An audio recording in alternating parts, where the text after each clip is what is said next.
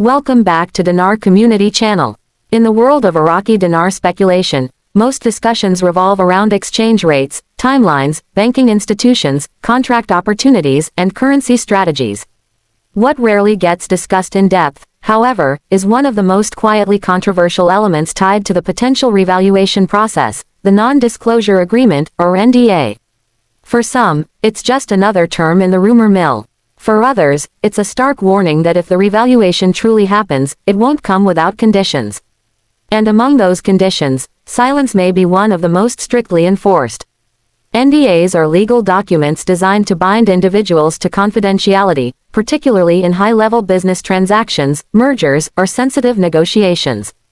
Within the speculative currency space, especially that of the Iraqi dinar, NDAs have been whispered about for years, mostly in circles that believe in structured exchanges, high-rate contracts, and private redemption appointments.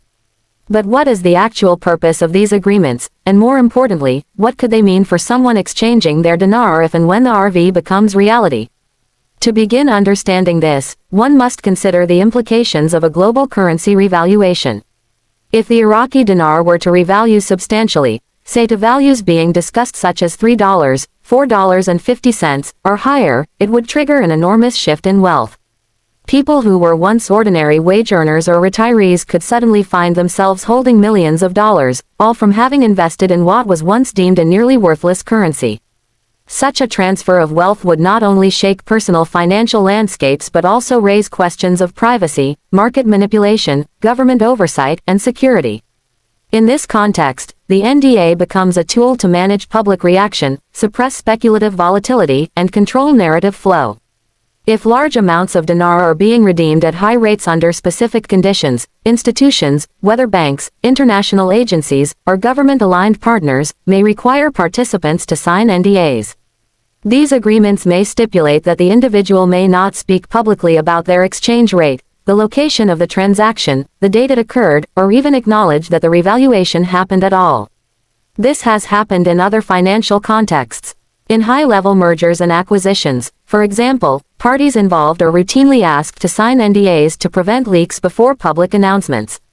Celebrities and public figures often sign NDAs for brand deals or settlements. The use of NDAs in wealth and finance isn't new. What makes the IQD context unique is that most people involved are not corporate executives or entertainers, they're everyday citizens. This transforms a familiar legal tool into something far more intimidating. The logic behind an IQD-related NDA goes beyond secrecy for secrecy's sake. Consider the global economic implications. If millions of individuals were suddenly talking online about becoming overnight millionaires through a dinar exchange, it could spark chaos in markets, overwhelm banks, and trigger mass speculation in other currencies.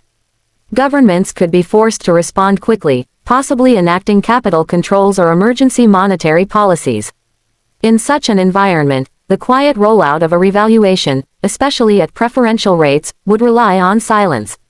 Those offered the highest rates would logically be the first to be asked to sign NDAs, to preserve the integrity of the system and delay a public rush. But it's not just about managing crowds. NDAs may also be used to protect the mechanisms behind the revaluation itself. If an individual were to reveal that their rate was different than someone else's, or that their exchange involved additional perks, contractual terms, or specific security protocols, it might open the door to litigation or mass confusion. By locking down these stories before they become headlines, institutions ensure they maintain control over how, and when, information gets released. This brings up several serious questions for dinar holders.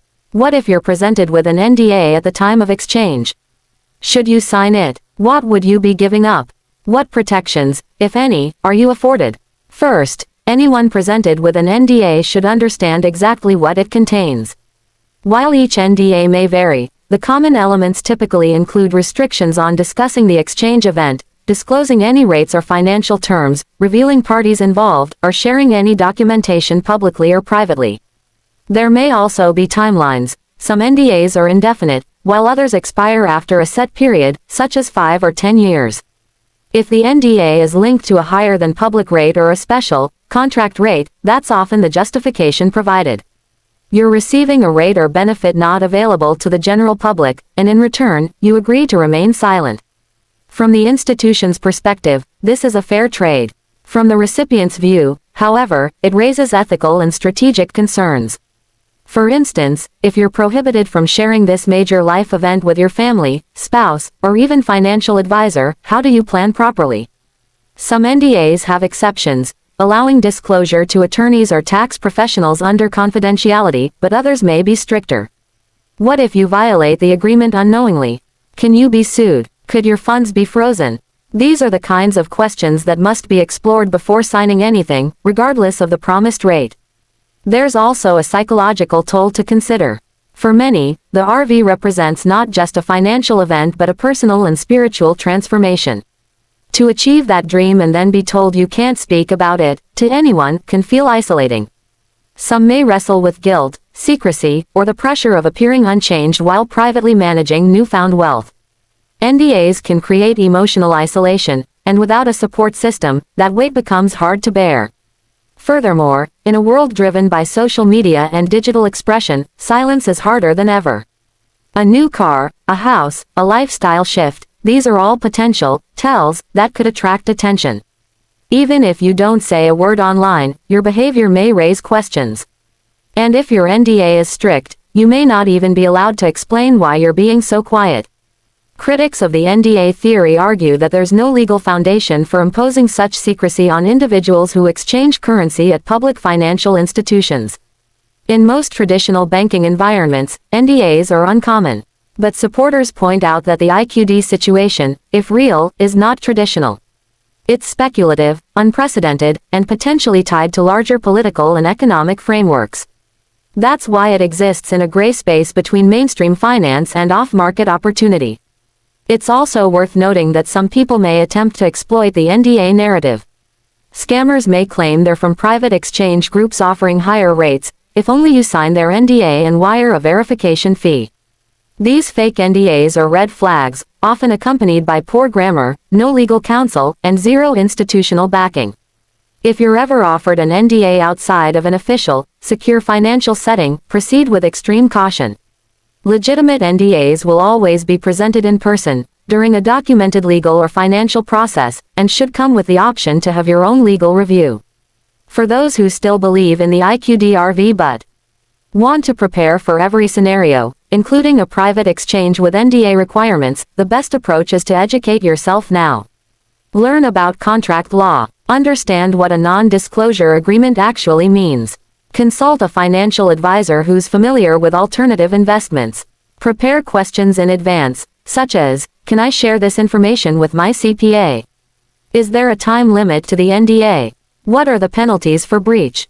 Is this agreement enforceable under my state or country's law? At the same time, build your support system. You may not be able to talk about your exchange directly, but that doesn't mean you have to navigate wealth or life changes alone. Surround yourself with people who value discretion and understand boundaries. Having trusted professionals already in place, lawyers, tax planners, asset protection consultants, can save you time and reduce anxiety if the NDA becomes part of your reality. Perhaps most importantly, recognize that agreeing to silence doesn't make you powerless. In fact, discretion is often a tool of the wealthy. Quiet wealth moves differently than loud money. It plans better, lasts longer, and avoids problems.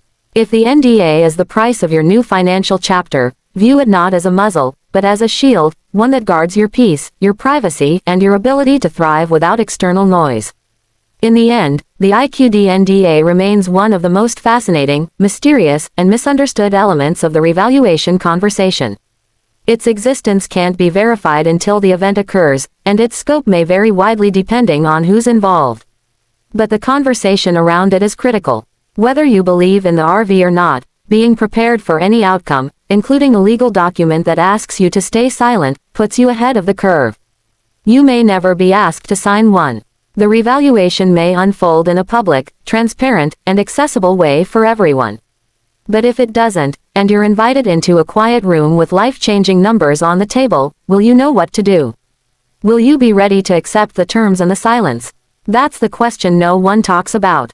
And now, maybe, more people should. Like and subscribe for more videos.